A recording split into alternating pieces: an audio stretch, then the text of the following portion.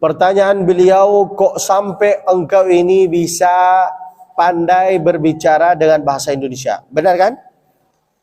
Saya lahir di Mekah, belajar di Mekah sampai sekarang. Usia saya itu 26. Alhamdulillah. Jangan disangka saya ini sudah om-om, sugar daddy. No. Saya masih seger baby. Masih muda saya, Pak. Alhamdulillah. Saya di Mekah, Pak. Kita di Mekah itu enggak pernah bicara dengan bahasa Indonesia. Apakah karena sombong? Enggak. Karena lingkungan sekolahnya, kawannya yaitu adalah orang Arab semua. Semua, Pak. Saya baru belajar bahasa Indonesia baru dalam 8 bulan. Dalam 8 bulan ini saya belajar bahasa Indonesia. Alhamdulillah bisa ceramah. Bisa mengambil hatinya Bapak. Kok bisa secara cepat kayak gini saya bisa cepat belajar bahasa Indonesia? Karena yang pertama saya tipe orang yang mudah berkawan. Mudah berkawan saya. Sama siapapun. Karena saya selalu minta dari Allah, lapangkanlah dadaku. Sekarang banyak orang yang Masya Allah, gelarnya LC, MA, profesor, agak tinggi sedikit ilmunya, agak tinggi sedikit hafalannya, tapi sombong, tidak mau salam, susah senyum. Benar kan? Datang ke masjid kayak gini. Senyumlah. Salahnya apa? Senyum. Orang itu tidak melihat gelar kita, orang melihat senyuman kita. Benar kan, Pak? Itulah yang pertama. Yang kedua, saya itu sering mendengar ceramah Ustadz Abdul Somad, Ustadz Adi Hidayat, Ustadz Gus Baha, Gus Kauthar. Saya selalu mendengar ceramah-ceramah dengan bahasa Indonesia. Saya mendengar sambil catat. Apa artinya kucampakkan kau ke sungai? Saya catat. Apa artinya saya belajar bahasa Sunda, belajar bahasa Makassar, agak kereba. Di sini ada Makassar? Ada? Baji-baji. Erek kejari beningku? Tidak tahu kan? Makassar belajar cowok wani piro.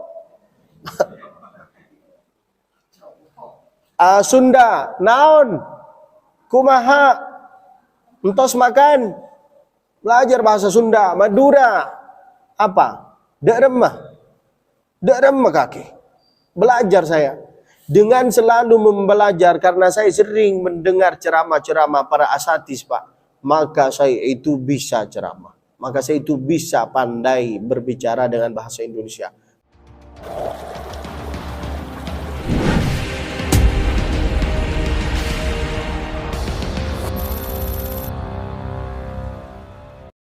Ibu-ibu boleh ke depan, enggak apa-apa. Mari Pak, sini Pak. Supaya saya langsung mulai. Mulai ya. Bismillahirrahmanirrahim. Assalamualaikum warahmatullahi wabarakatuh. Dari bunyi sambutan salamannya nampaknya jamaah ini ngantuk. Kalau jamaah ngantuk, saya pun ikut ngantuk. Mari kita tidur bersama. Bismillahirrahmanirrahim. Boleh diulangi lagi? Assalamualaikum warahmatullahi wabarakatuh.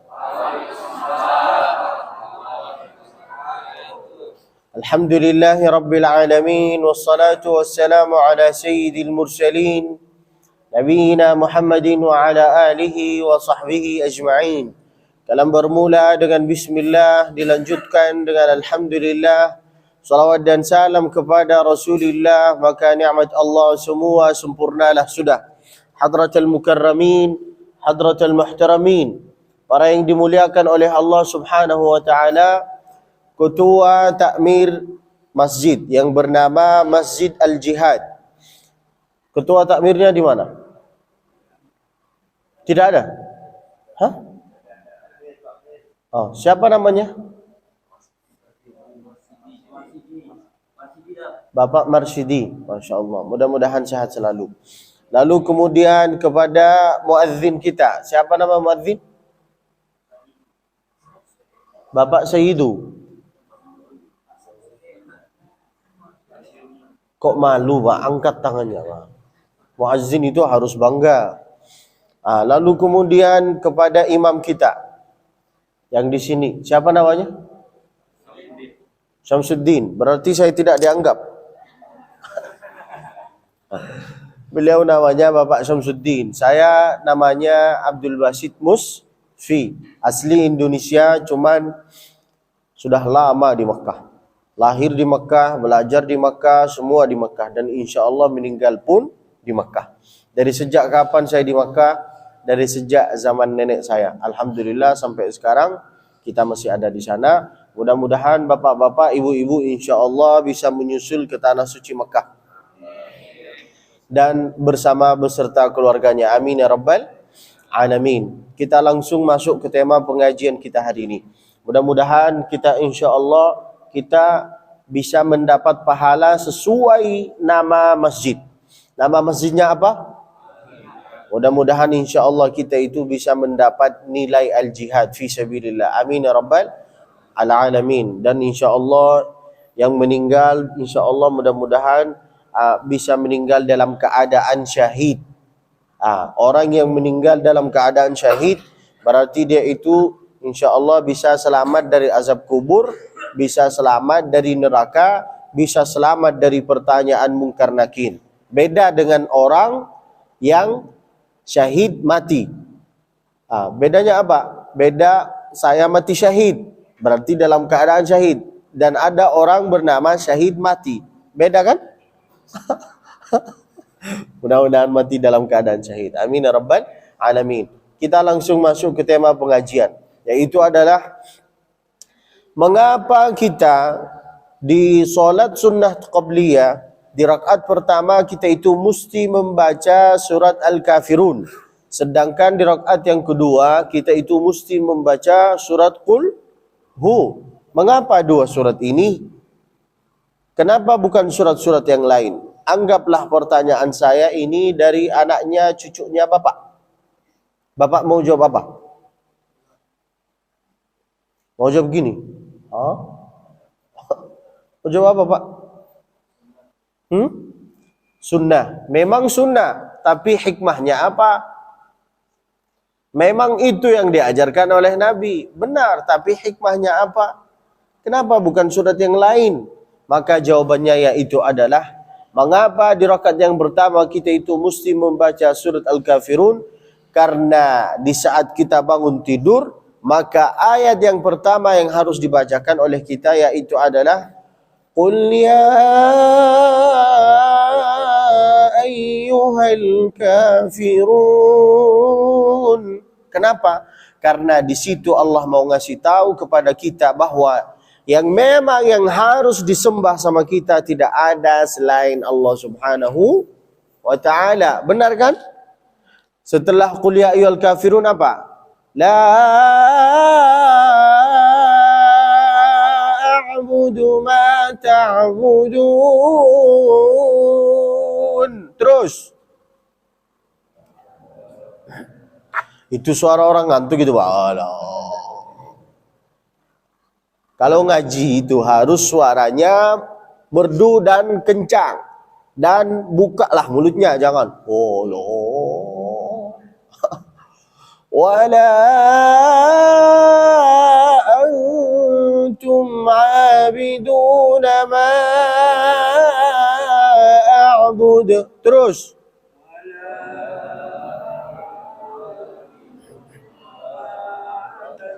Terus.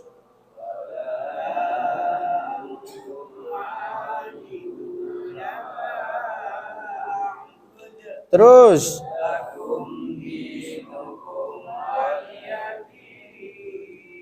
Nah, itulah hikmahnya. Allah mau ngasih kepada kita bahwa tidak ada yang harus disembah selainnya Dia. Maka dibunyi di rakaat yang kedua, kita itu mesti membaca surat Qul Hu. Apa hikmahnya? Karena disitulah Allah kasih kepada kita keyakinan bahwa yang memang yang harus disembah yaitu adalah cuman Allah Subhanahu wa ta'ala. Maka bunyi ayatnya itu apa? Qul huwallahu ahad. Terus Pak. Terus. Terus. Masya Allah, tabarakallah. Mudah-mudahan kita insya Allah bisa menjadi ahli Al-Quran. Amin ya Rabbal Alamin. Lalu kemudian hari ini hari Jumat. Benar kan? Keutamaan hari Jumat itu banyak Pak. Di antaranya yaitu adalah khairu yaumin tala'at alaihi syams. Hari yang paling baik yaitu adalah hari Jumat. Mengapa hari Jumat? Karena pada hari Jumat lahirlah Sayyidina Adam. Fihi khuliqa Adam. Lalu kemudian apa yang terjadi? Wa fihi udkhilal jannah. Di hari Jumat Nabi Adam masuk ke surga. Wa fihi udkhilan nar. Lalu kemudian pun di hari Jumat Nabi Adam dikeluarkan pada hari Jumat. Wa fihi ukhrija minha. Itulah salah satu keutamaan kelebihan hari Jumat. Lalu kemudian mudah-mudahan insya-Allah kita itu bisa meninggal di hari Jumat. Amin ya Rabbal Alamin. Lalu kemudian di hari Jumat ini Pak, ada beberapa sunnah. Kalau kita itu mengamalkan, kita itu insya Allah bisa menjadi ahli surga. Di antaranya kata Nabi SAW, kalau enggak bisa membaca surat Al-Kahfi full and limited edition, maka bacalah 10 ayat dari pertama. Tidak bisa baca 10 ayat dari pertama, bacalah 10 ayat dari terakhir. Mengapa? Ada apa hikmahnya? Supaya kita itu nanti bisa selamat dari fitnah Ad-Dajjal. Dan supaya kita itu bisa mendapat cahaya di antara dua Jumat. Adha'a lahu minan nur ma bainal jumu'atain. Kita ini tahu sebenarnya pahala keutamaan surat Al-Kahfi. Tapi yang namanya manusia kadang-kadang itu lemah. Kadang-kadang itu lemes, benar kan? Kadang-kadang itu lupa. Maka siapa yang akan mengingatkan kita? Yaitu adalah kawan-kawan kita. Maka di dunia ini Pak, kita itu kalau ingin menjaga iman kita, ingin menjaga lidah sikap kita terhadap siapapun, maka kuncinya yaitu adalah harus berkawan sama orang soleh, bukan orang soleha. Dari mana saya tahu bahwa yang datang di sini bahwa bapak-bapak di sini itu orang soleh? Karena semua solat berjamaah di dalam masjid. Kalau laki-laki soleha, pasti solatnya di mana? Di rumah. Alhamdulillah di sini tidak ada laki-laki soleha. Mudah-mudahan kita insya Allah orang-orang soleh. Amin ya Rabbal Alamin. Rabbi habli minas salihin. Tidak bisa baca surat Al-Kahfi pada hari Jumat, bacalah surat Yasin. Apakah kita itu membaca surat Yasin itu bid'ah? Enggak. Ada siapa bid'ah? La tuqra'u fi amrin asirin illa wa yassarahu Allah. Tidak ada kesulitan. Lalu engkau baca surat Yasin dengan keberkahan membaca surat Yasin ini, maka Allah itu akan mudahkan. Maka Allah itu akan lancarkan segala urusannya engkau. Maka di sini ada salah satu adat istiadat di Indonesia, pada hari Kamis malam Jumat membaca surat Yasin. Apakah harus hari Kamis? Enggak. Lalu mengapa dia itu baca surat Yasin pas hari Kamis malam Jumat? Karena dia mempunyai hari Kamis. Sedangkan kata Allah Subhanahu wa taala, kata Nabi itu apa? Mau baca di hari apa, di malam apa, enggak apa-apa, terserah engkau. Tapi karena dia itu sibuk dengan dunia, karena kita, bukan dia, karena kita, saya sibuk dengan dunia, mempunyai pas hari Kamis, maka bacalah. Paling enak kalau ngaji, paling enak kalau zikir, paling enak kalau istighfar, yaitu adalah dengan berjamaah. Kenapa saya berkata zikir berjamaah? Karena kalau kita itu tidak hafal Al-Quran, tidak hafal surat Al-Kahfi, tidak hafal surat Yasin, tidak hafal zikirnya, tapi dengan berjamaah, dengan zikir berjamaah, kita itu kelihatan hafal. Benar kan? Meskipun kadang-kadang pura-pura hafal, yang penting mulutnya bergerak. Benar kan Pak?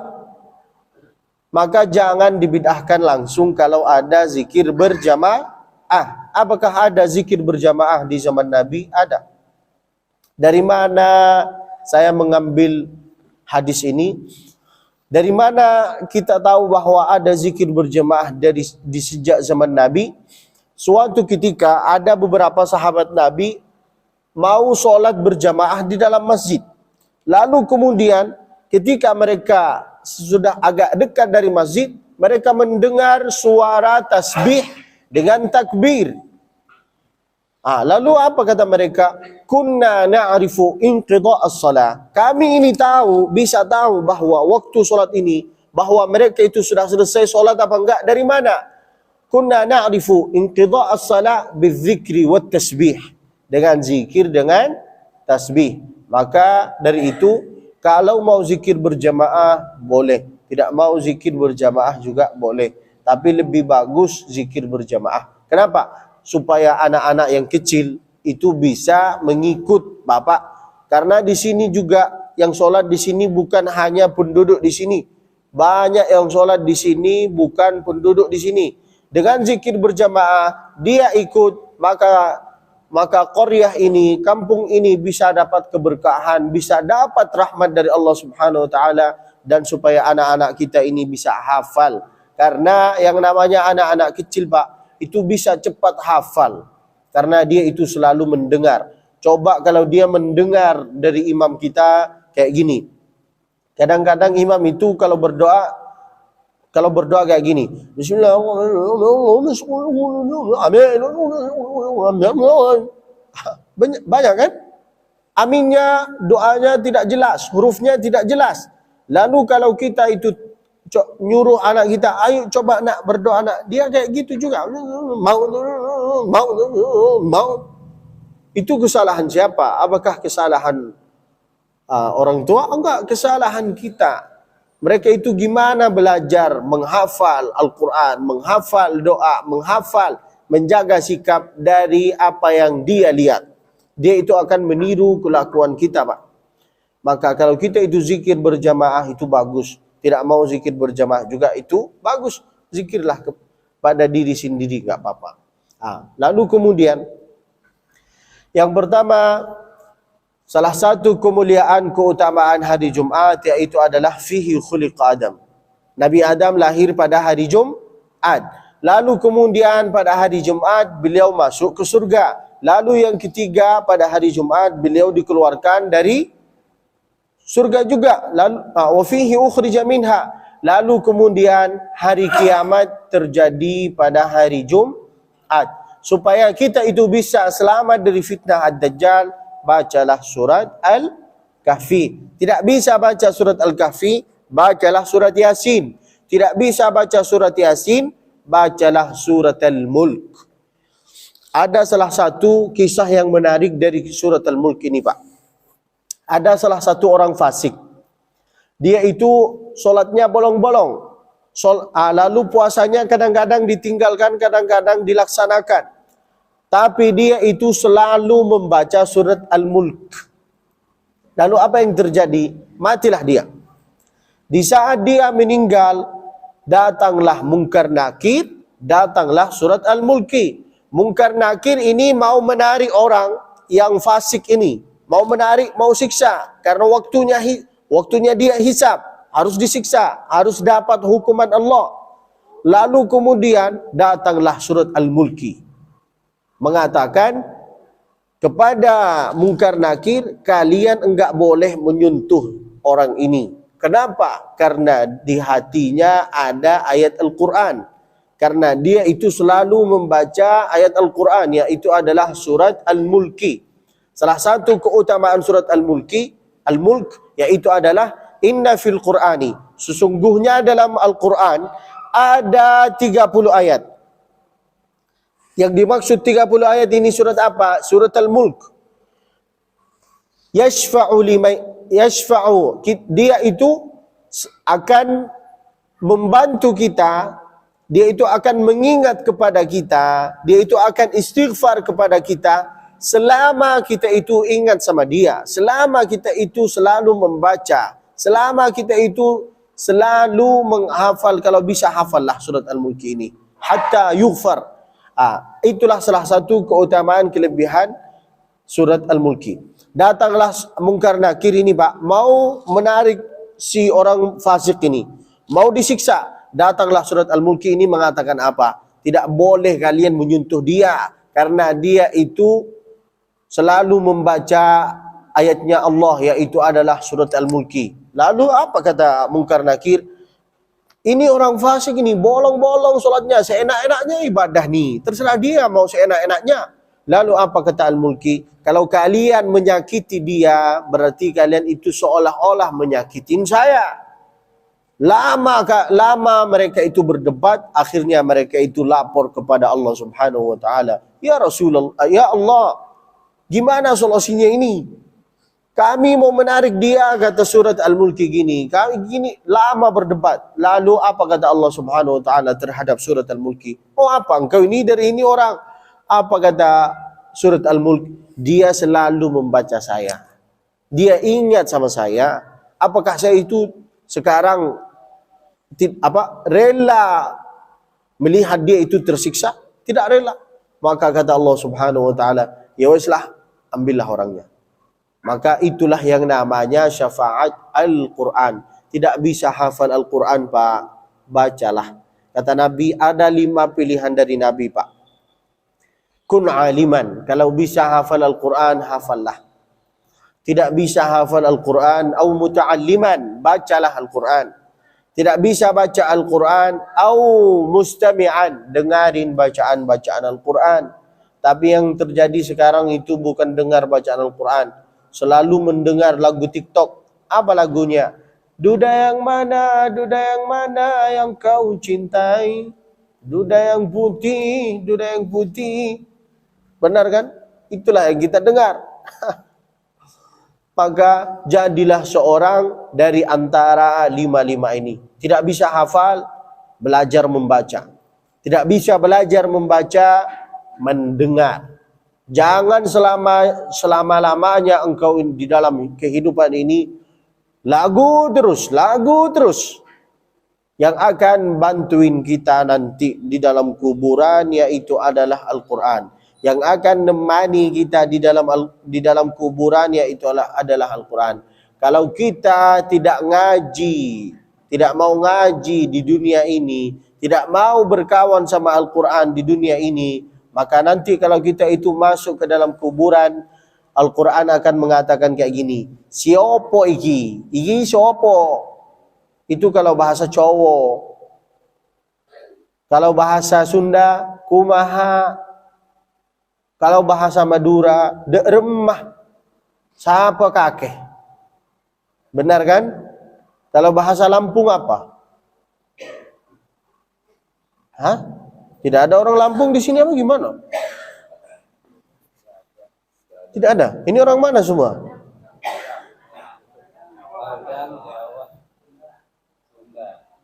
Oh, orang Padang. Masya Allah. Enak makanan orang Padang. The best. Masya Allah. Lalu kemudian kalau orang cowok, Masya Allah, tenaganya kuat. Benar kan Pak? Benar apa enggak? Kerjanya juga enggak malas-malasan. Kalau Sunda harus lembut-lembut. Tidak bisa dikerasin. Benar kan? Bapak dari mana?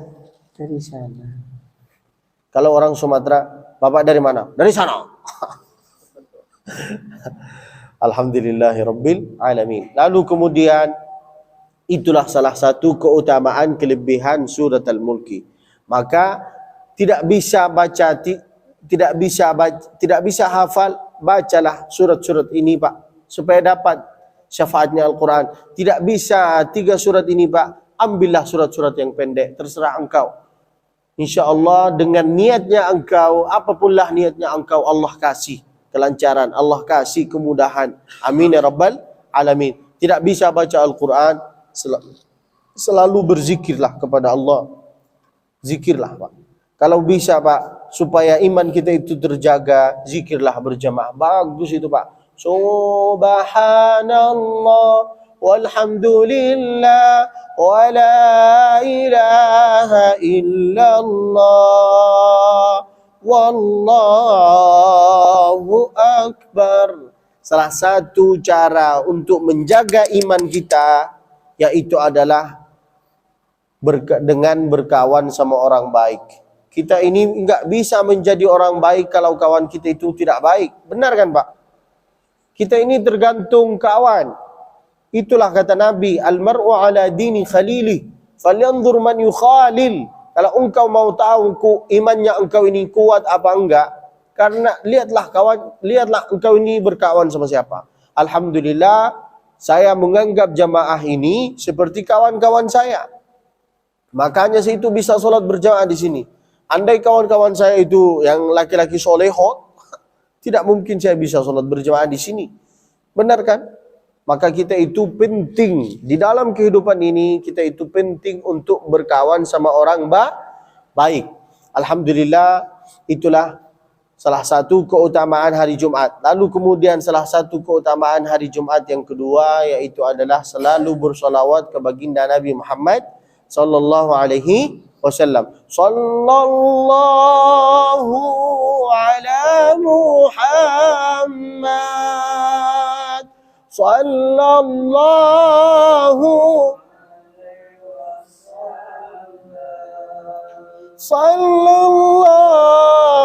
ala Muhammad. Sallallahu alaihi wasallam. Ada salah satu imam bernama Imam Syafi'i. Ini waktu pengajian saya sampai waktu syuruk. Kalau sudah masuk waktu syuruk, Pak, kasih saya tanda. Oke, Pak? Di sini masuk waktu salat sunat isyraq jam berapa? Hah?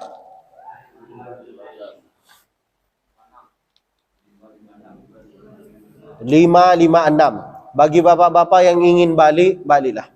Bagi bapak-bapak yang ingin mendapat keberkahan dan rahmatnya Allah Subhanahu wa taala, duduklah.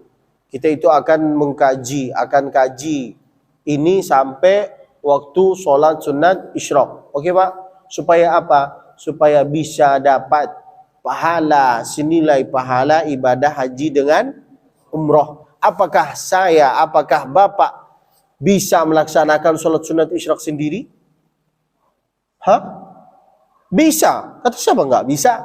Tapi apakah dari waktu solat subuh sampai solat sunat isyraq, apakah engkau ini bisa duduk selama-lamanya di dalam masjid sampai nunggu waktu solat sunat isyraq? Enggak bisa. Maka dengan jamaah bisa. Benar kan? Dan bunyi hadisnya kayak gitu. Kalau ingin melaksanakan solat sunat isyraq, maka dengarilah syarat-syarat untuk solat sunat isyraq. Syarat-syarat solat sunat isyraq yaitu adalah man shalla subha fi jamaah. Yang pertama, solat subuh berjamaah. Berarti melaksanakan solat subuh berjamaah di mana? Di dalam masjid. Bagi yang di luar, apakah masuk dalam hadis ini? Tidak. Man shalla subha fi jamaah, solat subuh berjamaah. Setelah itu, summa qa'ada yadhkurullah, berzikir kepada Allah Subhanahu wa taala. Kalau kita berzikir di sini setelah salat subuh berjamaah, berzikir di sini sendiri sampai waktu salat sunat isyraq, apakah saya itu selamanya bisa mata saya itu terbuka? Apakah ada perasaan ngantuk juga? Ada, kebanyakan ada. Benar kan? Termasuk saya. Maka summa qa'ada yadhkurullah di situ artinya bukan cuman hanya zikir, istighfar dan itu. Nah, ini pengajian ini, Pak, termasuk berzikir kepada Allah Subhanahu wa taala. Syarat pertama untuk melaksanakan solat sunat isyraq, solat subuh berjamaah. Syarat yang kedua, berzikir kepada Allah. Sampai kapan berzikir kepada Allah? Sampai kapan kajian ini? Hatta tatlu'asy syams, sampai matahari terbit. Kalau matahari terbit itu namanya waktu syuruk. Waktunya namanya syuruk. Tapi solatnya namanya isyraq. Lalu itulah 3 syarat. Kalau kita sudah solat ini, apa yang kita dapat? kita dapat pahala senilai pahala ibadah haji dengan umrah. Amin ya rabbal alamin. Okey Pak? Waktunya berarti 10 minit lagi kan? Lalu keutamaan hari Jumaat yang kedua iaitu adalah selain membaca Al-Quran, tidak bisa baca Al-Quran, zikir. Tidak bisa zikir, istighfar. Tidak bisa istighfar, maka bacalah solawat ke baginda Nabi Muhammad sallallahu alaihi wasallam. Bersolawat ke baginda Nabi Pak, boleh dengan kayak gini. Sallallahu ala Muhammad sallallahu alaihi wasallam. Allahumma salli ala Sayyidina Muhammad. Allahumma salli ala Muhammad sallallahu alaihi wasallam. Terserah engkau. Gimana bunyinya terserah. Kalau mau bersolawat ke baginda Nabi dengan lagu itu boleh. Kata siapa enggak boleh? Boleh. Sallallahu ala Muhammad. Paling enak itu bersolawat ke baginda Nabi dengan lagu. Karena dengan lagu ini hati itu bisa tersentuh. Hati itu bisa lembut. Dan kita itu bisa mengajak jamaah. Benar kan? Sering-seringlah bersolawat ke baginda Nabi. Berapa angkanya? Terserah engkau. Mau 100, mau 1000, mau 10, mau 1.000,000. Terserah. Tidak ada angka yang harus ditentukan. Kata Nabi itu apa? Siapa yang selalu bersolawat kepadaku, aktsarukum alayya salatan. Orang yang selalu bersolawat kepadaku, maka dialah nanti pada hari kiamat, dia yang paling dekat dari saya. Dia yang akan didahului sama saya. Dia yang akan bisa menjadi dekatlah dari Nabi. Aqrabukum minni majlisan. Maka selalu bersolawat. Salatullah salamullah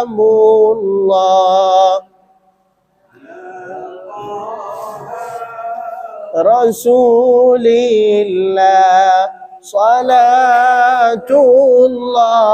salamullah ala Yasin Habibillah. Lalu kemudian di antara keutamaan hari Jumat Pak, ada 2 waktu di hari Jumat. Kalau kita beramal, berdoa di 2 waktu ini Pak, maka doa kita itu pasti diterima oleh Allah Subhanahu wa taala. Syarat mengkabul doa yaitu adalah jangan makan uang haram. Itu aja. Apakah doa kita itu diterima oleh Allah semua? Semua diterima. Tidak ada doa yang tidak diterima. Kalau tidak diterima oleh Allah, berarti di situ engkau makan uang haram. Engkau ini maaf cakap korupsi, makan uang rakyat, makan uang anak yatim, makan uang yang bukan punya haknya engkau.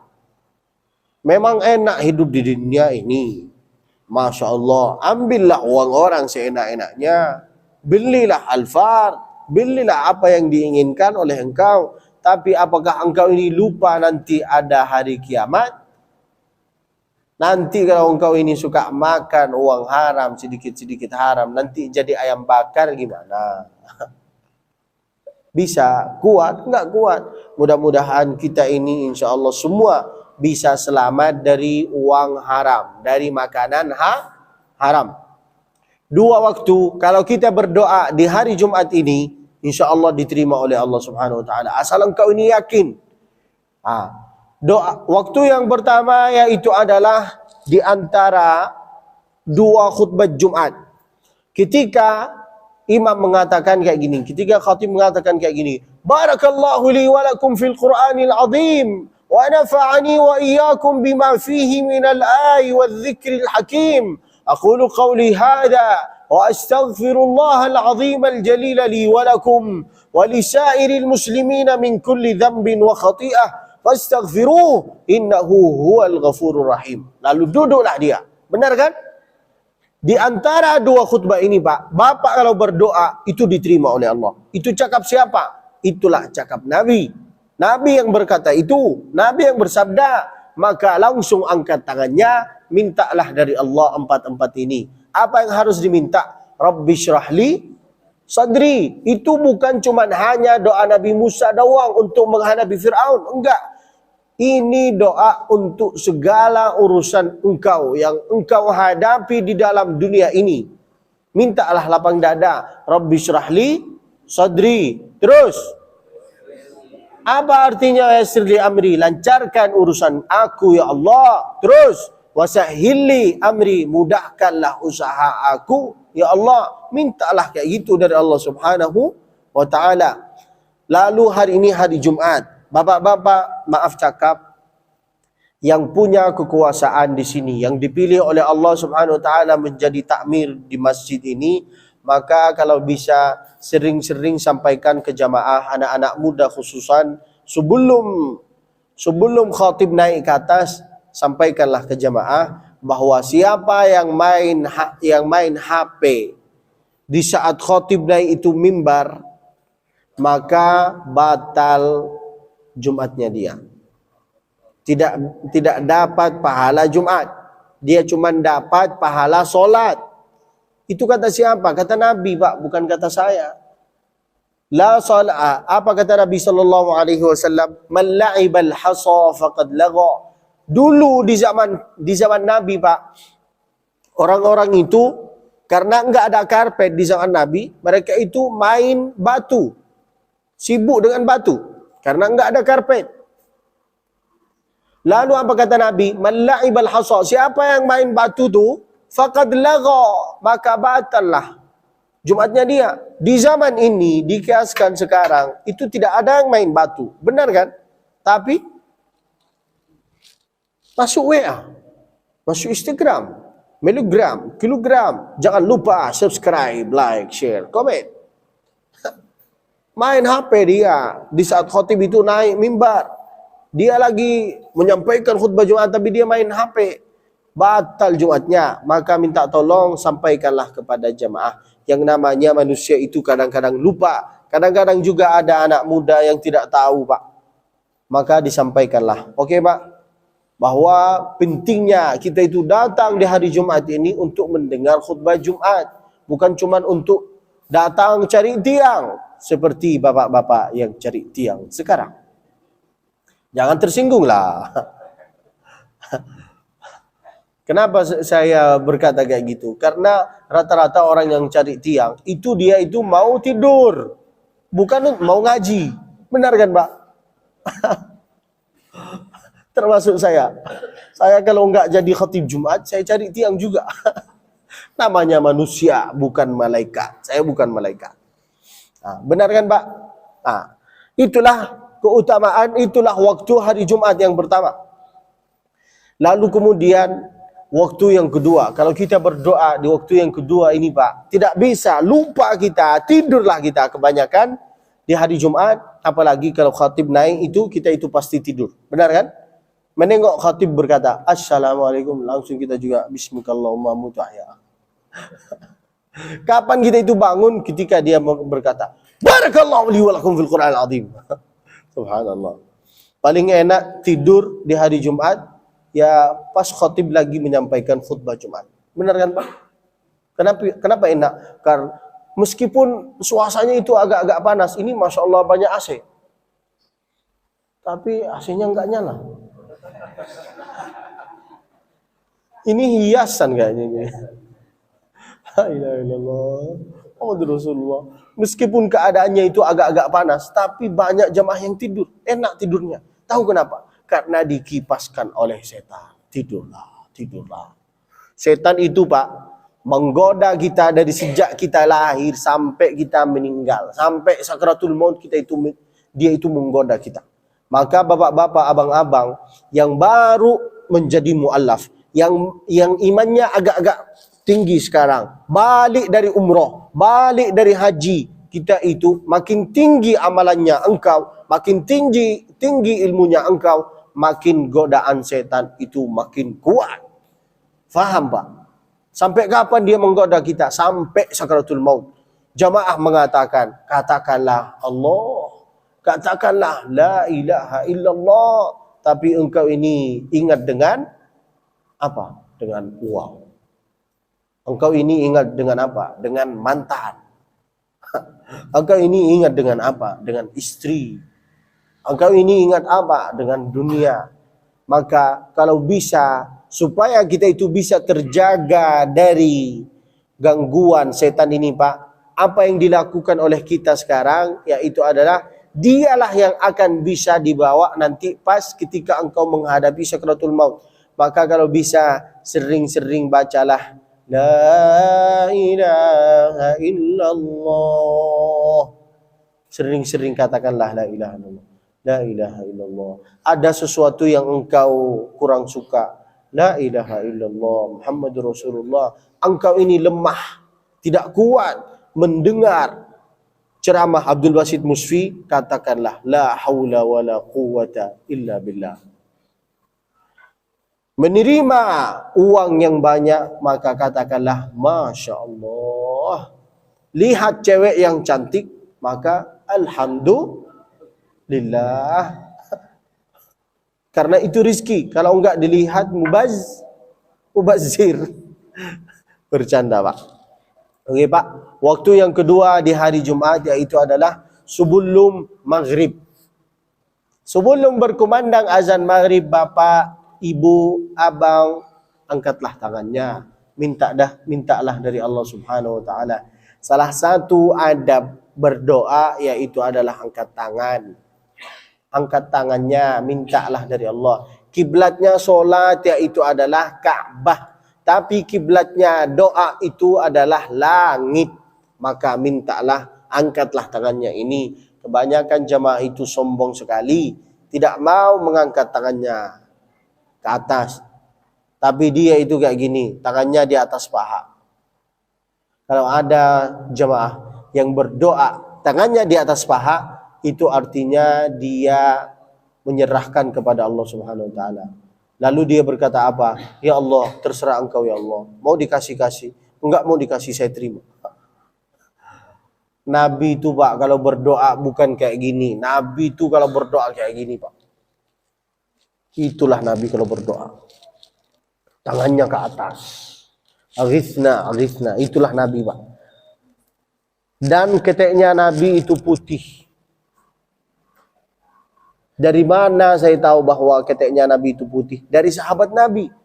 Jubah Nabi itu Pak bukan seperti jubah kita Pak. Jubah Nabi itu lebar. Dari sini sampai ke bawah. Dari sini sampai ke bawah. Itulah jubahnya Nabi.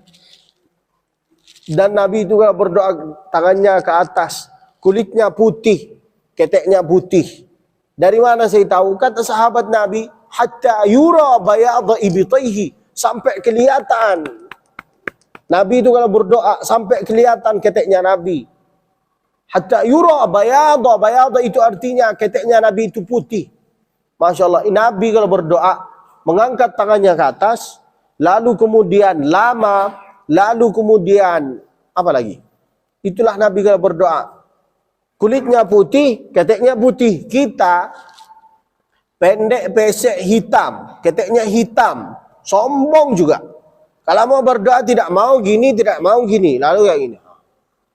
Atau ada yang mengatakan, tidak ada itu. Nabi itu kalau berdoa. Kata siapa itu? Tidak ada. Bacalah hadis-hadis itu. Maka kalau berdoa, angkatlah tangannya, mintalah dari Allah Subhanahu wa ta'ala. Semua doa akan diterima.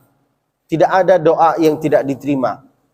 Cuman ada beberapa doa yang tidak dikasih sekarang. Dikasih kapan? Nanti, pas hari kiamat. Seperti apa? Kita minta masuk surga. Apakah dikasih sekarang? Enggak. Kapan dikasih? Nanti, pas hari kiamat. Dan Allah itu Pak, lebih suka melihat hambanya kalau berdoa sambil dia nangis. Seperti apa? Seperti anak kecil. Kalau ada anak kecil minta es krim dari ibunya, es krim ma, apakah langsung dikasih? Enggak. Cuman dikatakan, iya. Es krim ma, iya. Es krim ma, iya. Es krim ma. Nangislah dia, baru bapak kasih. Benar kan? Pun begitu di dalam doa, Allah itu tidak kasih langsung. Innallaha yuhibbul mulahhina fid du'a. Jangan dipaksa Allah itu, Pak. Sekarang banyak yang memaksa kepada Allah. Ya Allah, kalau bukan jodoh saya, matikanlah dah dia. Bukan itu artinya. Innallaha yuhibbul mulihin, itu artinya Allah suka hambanya ketika dia berdoa sambil menangis. Itu seperti anak kecil. Minta terus dari Allah. Sampai kapan kita itu minta? Sampai kita itu menangis. Ya Allah. Nangislah. Allah suka, Pak. Tidak bisa nangis, Pak. Paksakanlah. Tidak bisa nangis juga, Pak. Lihatlah kawannya dulu kalau dia berdoa. Kalau dia nangis, engkau juga ikut nangis. Itulah yang saya harus sampaikan. Mudah-mudahan insya Allah kita bisa mendapat senilai jihad fi sabilillah. Amin ya rabbal alamin. Sebelum saya tutup acara ini, alhamdulillah waktu salat sunat syuruh sudah tiba. Minta tolong kepada jamaah, jangan keluar dari masjid ini sebelum engkau melaksanakan salat sunat isyraq. Jangan, Pak. Jangan sia-siakan waktu ini. Maka sebelum kita balik ke rumah pribadi, solatlah sunat isyraq masing-masing. Apa ayatnya? Bebas, terserah engkau. Bagi yang ingin baca niat, bacalah. Tidak mau baca niat, enggak apa-apa. Yang penting jangan berkelahi. Itulah yang penting. Oke, Pak? Jangan merasa engkau ini yang lebih benar. No. Dan jangan suka menilai orang. Ini tugas malaikat, bukan tugasnya engkau. Kita ini tidak tahu siapa yang masuk surga, siapa yang tidak masuk surga. Benar kan? Yang masuk surga, kita ini bisa masuk surga karena hati kita itu bersih. Allah menengok hati kita, bukan jenggot kita, bukan brewokan kita, bukan surban kita, bukan cingkrang kita, bukan jubah kita, bukan ini siapa, LCMA, profesor. Enggak. Allah menengok hati kita. Banyak bapak-bapak, datuk-datuk, nenek-nenek, kakek-kakek yang tidak sekolah, tapi dia ahli surga. Matinya di hari Jumat. Lalu kemudian dalam keadaan membaca Al-Quran. Benar kan, Pak? Maka jangan suka menilai orang. Kalau ada sesuatu yang kau kurang suka dari dia, maka doakanlah dia. Allahumma hdi qaumi fa innahum la ya'lamun. Berikanlah kepada saya hidayah sama kawan saya, ya Allah. Itulah yang saya harus sampaikan. Mudah-mudahan insya Allah ilmu yang bermanfaat. Sebelum saya tutup acara ini, saya mau ngasih 3 kesempatan bagi bapak-bapak yang ingin bertanya. Boleh di dalam tema, boleh di luar tema. Kalau ada yang ingin bertanya, saya jawab. Kalau tidak ada, saya langsung serahkan kepada Ustadz Afif, lalu kita tutup. Ada yang mau bertanya, Pak? Silahkan, Om.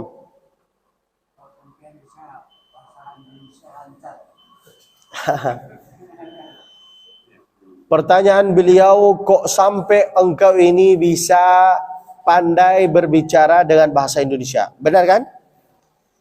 Saya lahir di Makkah, belajar di Makkah. Sampai sekarang usia saya itu 26. Alhamdulillah. Jangan disangka saya ini sudah om-om, sugar daddy. No. Saya masih seger baby. Masih muda saya, Pak. Alhamdulillah. Saya di Makkah, Pak. Kita di Makkah itu enggak pernah bicara dengan bahasa Indonesia. Apakah karena sombong? Enggak. Karena lingkungan sekolahnya, kawannya yaitu adalah orang Arab semua. Semua, Pak. Saya baru belajar bahasa Indonesia baru dalam 8 bulan. Dalam 8 bulan ini saya belajar bahasa Indonesia. Alhamdulillah bisa ceramah. Bisa mengambil hatinya Bapak. Kok bisa secara cepat kayak gini saya bisa cepat belajar bahasa Indonesia? Karena yang pertama, saya tipe orang yang mudah berkawan. Mudah berkawan saya. Sama siapapun. Karena saya selalu minta dari Allah, lapangkanlah dadaku. Sekarang banyak orang yang Masya Allah, gelarnya LC, MA, profesor. Agak tinggi sedikit ilmunya, agak tinggi sedikit hafalannya. Tapi sombong, tidak mau salam. Susah senyum. Benar kan? Datang ke masjid kayak gini. Senyumlah. Salahnya apa? Senyum. Orang itu tidak melihat gelar kita, orang melihat senyuman kita. Benar kan Pak? Itulah yang pertama. Yang kedua, saya itu sering mendengar ceramah Ustadz Abdus Somad, Ustadz Adi Hidayat, Ustadz Gus Baha, Gus Kautsar. Saya selalu mendengar ceramah-ceramah dengan bahasa Indonesia. Saya mendengar sambil catat. Apa artinya ku campakkan kau ke sungai? Saya catat. Apa artinya saya belajar bahasa Sunda, belajar bahasa Makassar, agak kereba. Di sini ada Makassar? Ada? Baji-baji. Erek kejari beningku? Tidak tahu kan? Makassar belajar cowok wani piro. Sunda naon kumaha entos makan. Belajar bahasa Sunda. Madura apa? Dak remah kaki. Belajar saya dengan selalu membelajar karena saya sering mendengar ceramah-ceramah para asatis Pak. Maka saya itu bisa ceramah. Maka saya itu bisa pandai berbicara dengan bahasa Indonesia. Dulu Pak, kalau saya disuruh isi kultum, kayak gini saya di depan jamaah. Bismillahirrahmanirrahim. Assalamualaikum warahmatullahi wabarakatuh. Lalu jamaah ketawa. Saya itu bingung. Jamaah ketawain saya, apakah mereka itu faham dengan apa yang saya sampaikan? Tidak tahu. Maka muncullah perasaan, engkau ini jahil Abdul Wasid. Tidak punya apa-apa. Maka saya itu belajar, mendengar. Kalau mendengar ceramah Pak, jangan menilai, oh Ustadz ini Wahabi, Ustadz ini NU. No. Jangan kayak gini kalau belajar. Ambillah yang baik, tinggalkanlah yang kurang baik. Namanya manusia, ada kekurangan, ada kelebihan. Ambillah inti dari pengajian itu apa. Seperti yang saya sampaikan itu apa tadi? Keutamaan hari Jumat itu apa? Lalu dengan keutamaan sholawat Nabi. Benar kan? Kapan kita itu berdoa? Salah satu tata aja cara ada berdoa. Itulah, ambillah itu Pak. Jangan melihat, oh kalau ustadznya Wahabi, saya datang. Kalau ustadznya NU, saya enggak datang. Itu salah Pak. Maka muncullah kalau kita selalu kayak gini, nanti akan muncul perasaan di dalam hati hasad dengan iri, dengan dengki, dengan cemburu. Saya itu tidak kayak gitu. Saya semua asatis saya dengarkan. Ustadz Khalid Basalamah saya juga dengarkan. Masya Allah. Masing-masing ustadz itu ada kelebihan. Ustadz Khalid Basalamah kelebihannya di dalam sejarah. Gus Baha kelebihannya di dalam tafsir. Ustadz Adi Hidayat di dalam Al-Quran. Ustadz Abdus Somad di dalam fikih. Semua Allah itu kasih kelebihan. Jangan lihat kekurangan-kekurangan manusia. Engkau bukan malaikat. Tuba liman syaghalahu aibuhu an ayubin nas. Sibukilah diri sendiri. Lihatlah diri sendiri. Apakah engkau ini bisa duduk di meja ini lalu menyampaikan ke jamaah 1 jam tanpa kertas? Bisa? Tidak bisa. Benar kan Pak? Maka alhamdulillah dengan keberkahan ini, dengan keberkahan doa ibu saya juga, saya bisa belajar bahasa Indonesia. Dan insya Allah saya itu akan belajar bahasa cowok supaya bisa mendapat orang. Itulah jawaban pertanyaannya Om. Ada pertanyaan lagi?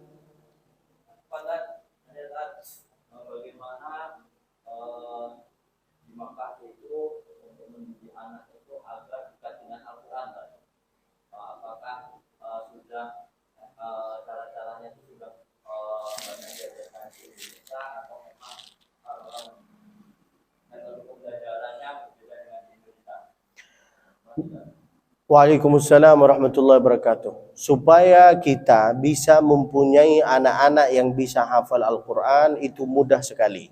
Saya kasih contoh. Saya bukan dari keturunan kiai. Saya bukan dari keturunan ustadz. Keluarga saya Pak, orang tua saya itu biasa-biasa saja. Tidak hafal Al-Quran mereka. Mereka bukan ustadz, bukan nyai. Mereka itu punya 10 anak. Alhamdulillah, saya nomor yang ketiga. 10 anak ini Pak, semua hafal Al-Quran. Padahal kita itu bukan kiai, bukan dari keturunan kiai. Tapi kok bisa hafal Al-Quran? Salah satu cara untuk bisa menghafal Al-Quran anaknya, yang pertama sebagai orang tua harus ngasih contoh yang terbaik kepada anaknya. Itu yang paling susah. Sekarang orang tua tidak ngasih contoh yang terbaik kepada anaknya. Dia ngasih contoh kepada anaknya yaitu adalah rokok. Benar kan? Apakah bapak pernah duduk sama anaknya untuk ngaji bersama? Tidak. Orang tua saya itu bukan ustaz, tapi dia itu Masya Allah. Ini bukan pujian, enggak. Saya kasih cerita supaya bapak juga bisa kayak gitu. Ayah saya setelah setiap selesai sholat subuh, dengan setelah selesai sholat maghrib, dia itu ngaji Al-Quran. Sholat subuh, baliklah dia dari masjid, langsung dia ngaji di dalam rumah. Ngaji dia sendiri. Bismillahirrahmanirrahim. Alhamdulillahi fatiris samawati wal ardh. Anak kalau melihat orang tua ngaji Al-Quran, anak itu ada perasaan malu, Pak. Itulah yang namanya contoh. Yang kedua, ayah saya itu dari maghrib ke isya, anak-anak tidak boleh megang HP. Matikanlah wifi, kunci rumah, ambil kunci-kunci motor, ambillah kunci-kunci mobil. Ngajilah engkau. Sini ngaji sama saya. Ya ayyuhal muzammil.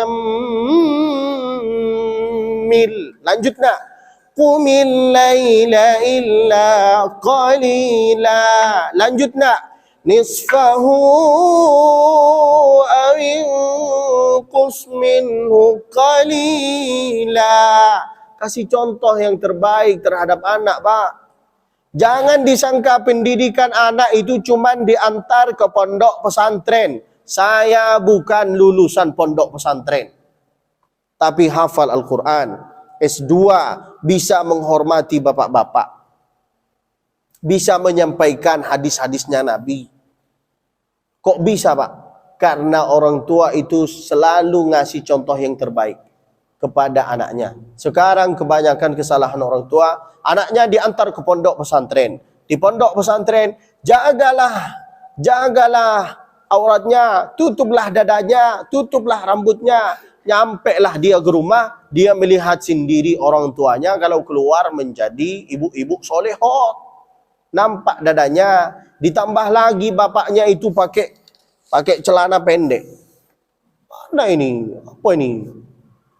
Kalau duduk sama anak itu harus ada, engkau ini sebagai bapak harus ada, wibawahnya bapak itu harus ada. Ayah saya itu tidak boleh. Kalau ada anak kecil, ada anak-anaknya pakai celana pendek dalam rumah atau di luar rumah, saya ini nak, untuk mendidik engkau ini berapa tahun engkau ini? Engkau seenak-enaknya pakai celana pendek? Tutuplah auratmu. Cempakkan kau ke sungai. Yang namanya orang tua itu, Pak, punya wibawah, Pak. Mana sekarang? Banyak anak-anak muda tidak takut sama orang tuanya. Karena orang tua tidak mencontohkan. Benar kan? Salahan siapa? Salah anak? No. Jangan disangka cuman ada di dunia ini anak durhaka. Ada juga bapak durhaka. Di antara bapak durhaka yang tidak ngasih pendidikan yang terbaik, yang tidak ngasih contoh yang terbaik, yang tidak ada waktu sama anaknya untuk ngaji, untuk tanya jawab, untuk dekat sama anaknya. Begitulah. Yang pertama harus orang tuanya kasih pendidikan, kasih contoh yang terbaik. Yang kedua, anak itu, Pak, harus dimasukkan ke rumah tahfiz supaya bisa hafal Al-Quran. Ada anak kecil itu, Pak, dia itu melihat kawannya pergi ke rumah tahfiz, dia akan pergi juga. Tapi kalau dia, anak-anak kawan-kawannya dia main bola, dia juga ingin main. Benar kan? Lingkungan itu penting, Pak. Di sini kurang baik, contoh. Di sini kurang baik, maka kumpulkanlah dia dengan orang-orang baik.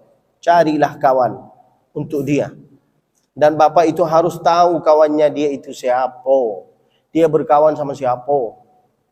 Itulah tata cara menghafal Al-Quran. Yang ketiga yaitu adalah bapak ibu harus sering-sering bertanya kepada anaknya. Sampai mana hafalannya engkau nak? Sampai surat ini. Sampai mana? Apa cita-citanya engkau ini nak? Harus sering bertanya.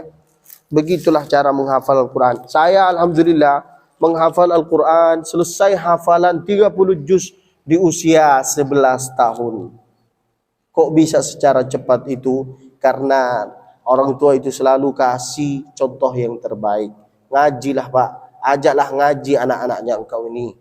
Duduklah sama dia, duduklah sama cucunya. Ajarkanlah dia adzan. Ajarkanlah dia menjadi imam. Jangan engkau yang imam, engkau yang muadzin. Anak-anak muda itu Pak, kalau enggak dikasih program, dia itu akan lalai. Dia itu akan seenak-enaknya, foya-foya nanti hidupannya. Benar kan Pak? Bapak lebih paham juga. Benar kan? Wallahu a'lam. Ada pertanyaan lagi yang ketiga? Supaya saya tutup. Sudah? Cukup? Ada wallahu a'lam ilmuhu wa tamu sallallahu wasallam wa baraka alihi wa ala alihi wa sahbihi wasallam. Sebelum saya tutup acara ini, ada beberapa sesuatu yang harus disampaikan oleh Ustaz Afif. Ini abang saya. Beliau yang ada beberapa sesuatu yang harus disampaikan sama beliau. Kalau bisa diamalkan, alhamdulillah. Kalau tidak bisa diamalkan, maka dukunglah supaya insyaallah kita bisa menjadi ahli Al-Quran. Ada wallahu a'lam ilmu wa tamu sallallahu wasallam wa baraka alihi wa ala alihi wa sahbihi wasallam. Wassalamualaikum warahmatullahi wabarakatuh. Ini bang. Ada beberapa musab. Assalamualaikum. Sehat. Ada yang lain? Silakan. Semoga anaknya jadi seperti Ustaz Adi Hidayat. Insyaallah. Siapa di situ? Dan ini Al-Quran hafalan Assalamualaikum. Sehat. Terima kasih banyak.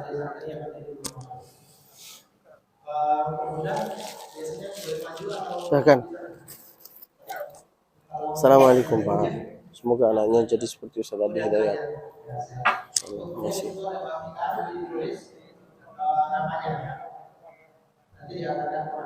Silakan satu Al-Qurannya 100.000, boleh berapa boleh? Boleh 1, boleh 2, boleh 3, boleh seterusnya.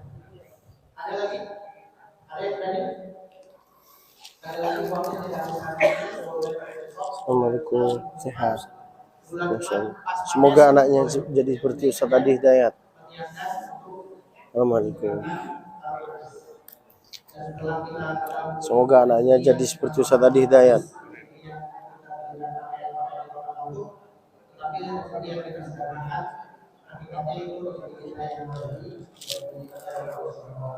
Semoga anaknya jadi seperti Ustaz Adi Hidayat insyaallah.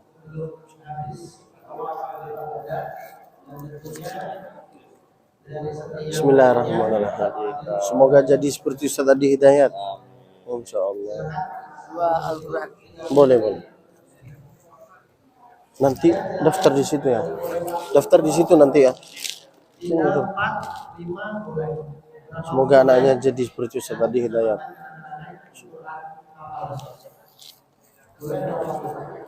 Semoga anaknya jadi seperti Ustaz Adi Hidayat insyaallah. Ya, semoga anaknya jadi seperti Ustaz Adi Hidayat.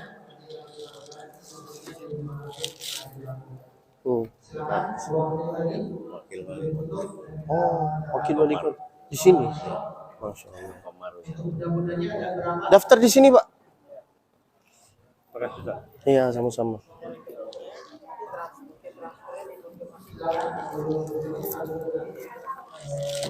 Assalamualaikum. Doakanlah saya. Sama-sama saya. Ya. Assalamualaikum. Doakanlah saya. Terima kasih banyak.